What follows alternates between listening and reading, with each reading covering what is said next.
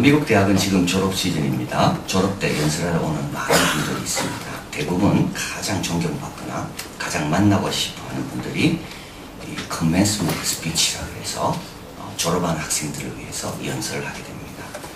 제가 예일에서 공부를 하고 졸업할 때는 조지 부시 미국 대통령이 와서 연설을 했습니다. 하나도 기억은 나지 않습니다. 그냥 훌륭한 분이 왔다 갔다는 것만 알고 있습니다.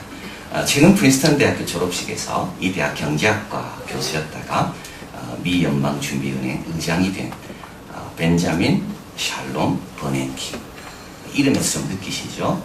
유대인입니다. 벤자민 샬롬 버냉키. 그 의장 연설이 지금 아주 많은 사람들에게 이렇게 유익하고 재미있고 참 좋은 내용이다 라고 지금 알려지고 있습니다.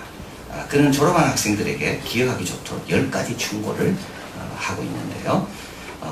첫째는 인생이 어떻게 전개되는지 너무 염려하지 말라라고 이야기합니다. 인생은 우리 생각대로 잘 되지 않는다고. 10년 뒤 내가 어떻게 돼 있을 거라고 생각하는 자는 한 8년쯤 가면 내 상상력이 참 부족했구나, 이거를 알게 된다고 말합니다. 누가복음 말씀을 인용합니다. 많이 받은 자에게 더 많은 것을 요구할 것이다. 그래서 이 프린스턴 출신들이니까 좀 많이 받는다는 뜻이죠. 이것이 너희 것이 아니라는 것을 꼭 기억해라.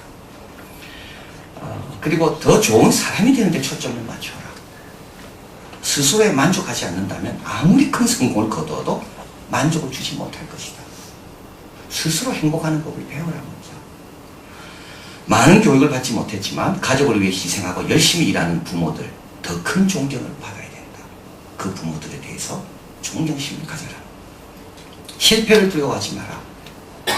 실패는 두 가지, 배우는 데 있어서, 인생에 있어서 본질적인 부분이다. 실패 없이 배우는 사람은 없고, 인생은 실패 없이 인생이라는 것은 없는 거다. 만약 당신의 유니폼이 더럽혀지지 않았다면 이는 경기에 참여하지 않았다는 말이다. 유니폼 더러워진 건 그 당연한 거다. 마지막으로 부모님에게 전화를 자주 해라.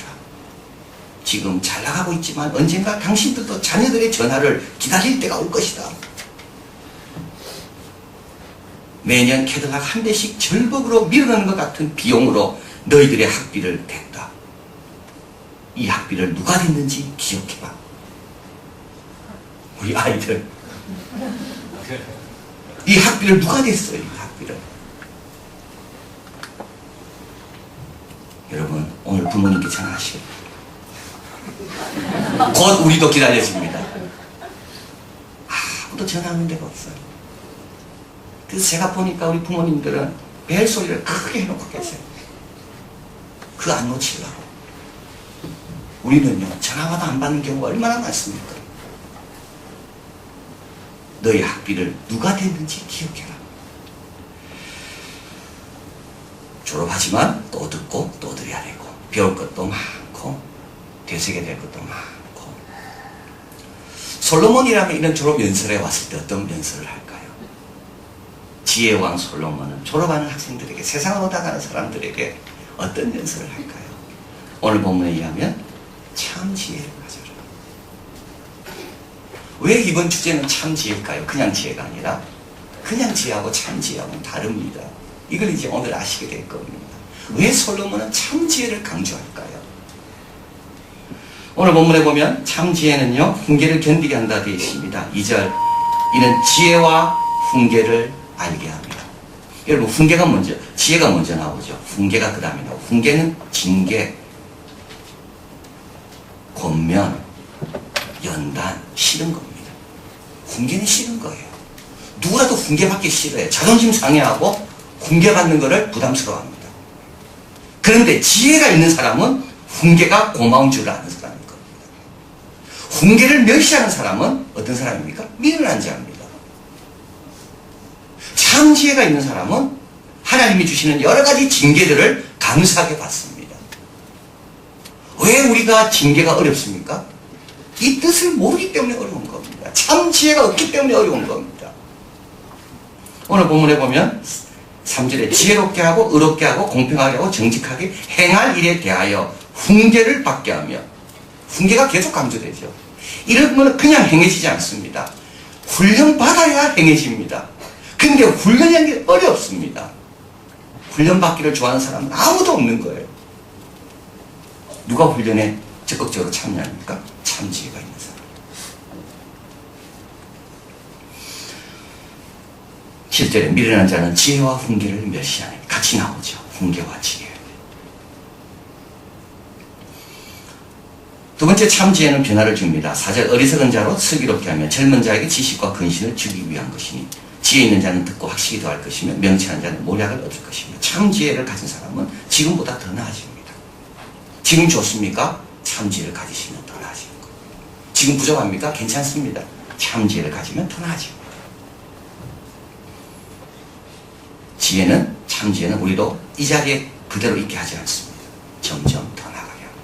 고통 가운데도 더 나아가게 합니다. 실패 가운데도 더 나아가게 합니다. 참지혜. 또 세 번째로 참지혜는 분별하게 됩니다. 6절 잠언과 비유와 지혜 있는 자의 말과 오묘한 말을 깨달으리라. 이거는 그냥 깨달아지지 않습니다. 이런 건 그냥 분별하지 않습니다. 학교에서 배우는 수많은 교과 내용들 틀린 것 많습니다. 그거 어떻게 분별합니까? 참지혜를 가져야 분별하는 거예요. 세상에 있는 수많은 잘못된 사상들, 이념들 어떻게 분별합니까? 참지혜. 자, 그럼 참지혜는 뭡니까? 7절 앞에 있죠. 같이 읽어봅니다. 여호와를 경외하는 것이 지식의 근본이다. 여호와 경외입니다. 여호와 경외는 뭡니까? 그러면 여호와 경외는 뭡니까? 삶의 모든 부분에서 절대 주권을 인정하는 것. 이게 참지혜입니다. 삶의 모든 부분에서 하나님의 절대 주권을 인정하는 겁니다. 다시 말하면 범사의 그를 인정하는 겁니다.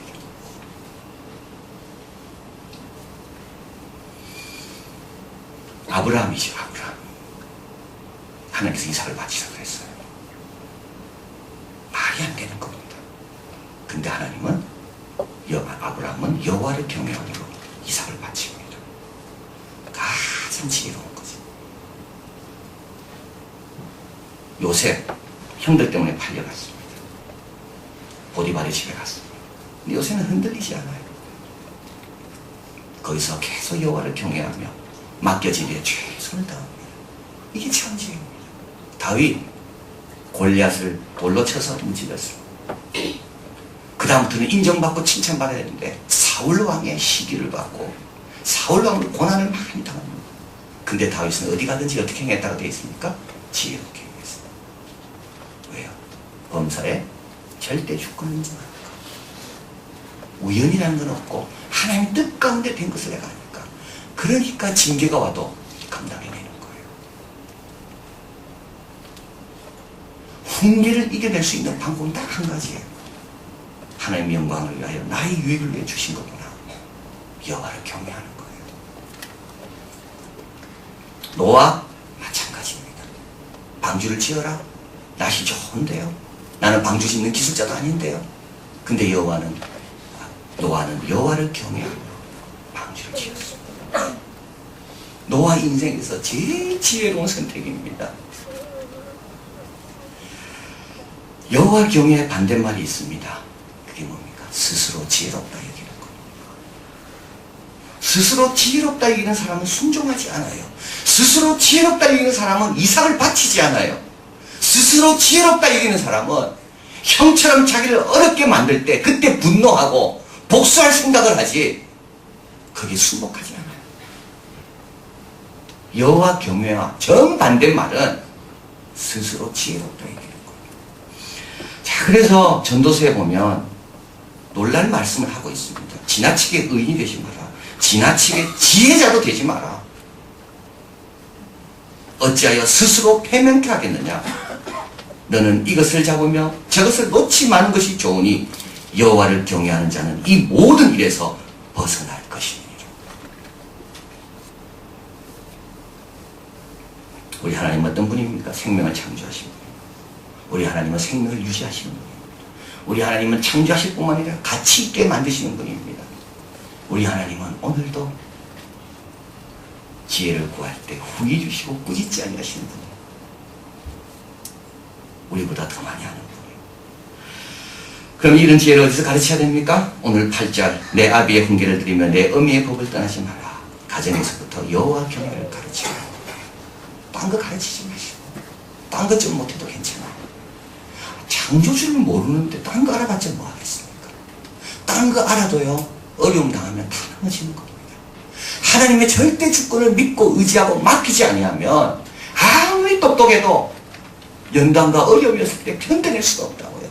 왜냐하면 세상은 내가 이해할 수 있는 것만으로 이루어져 있지 않습니다. 내가 이해할 수 없는 일들이 너무 많이 일어납니다. 세상에는. 그래서 잠언에는 지혜의 한계에 대해서 말하고 있어요. 아무리 지혜로운 자도 모르는 게 너무 많다는 겁니다. 그래서 뭐가 필요한가요? 우리에게 참 지혜가 필요한 거예요. 참 지혜를 가진 자만이 말도 안 되는 여러 가지 형편과 어려운 가운데 하나님 주신 뜻을 기억하며 이겨내는 겁니다. 학교 공부 잘하는 거 좋아요. 그러나 이 학문이 어디서 왔는지를 모르고 배우는가 하고 네 인생을 누가 책임질지를 모르면서 배우는가 하고 그걸 알면서 배우는 거는 다른 겁니다. 가정에서부터 여호와 경외를 가르치는 겁니다. 여호와 경외는 뭐라 그랬습니까? 범사이들을 인정하는 겁니다. 자녀부터 받아야 돼요. 자녀부터 받아야 돼요. 부모가.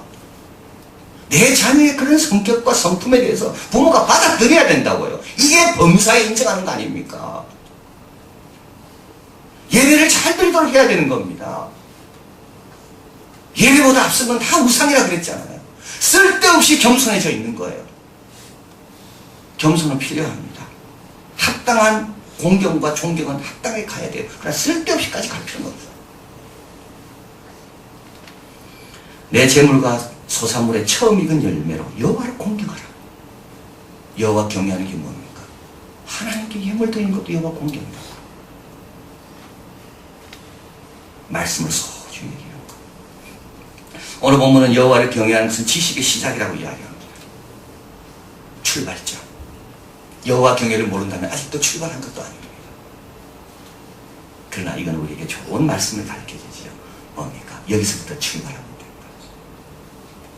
복잡한 문제 생각하지 마시고 여기서부터 출발하면 됩니다. 그러면 그 다음에는 하나님께서 보여주시고 인도하신다.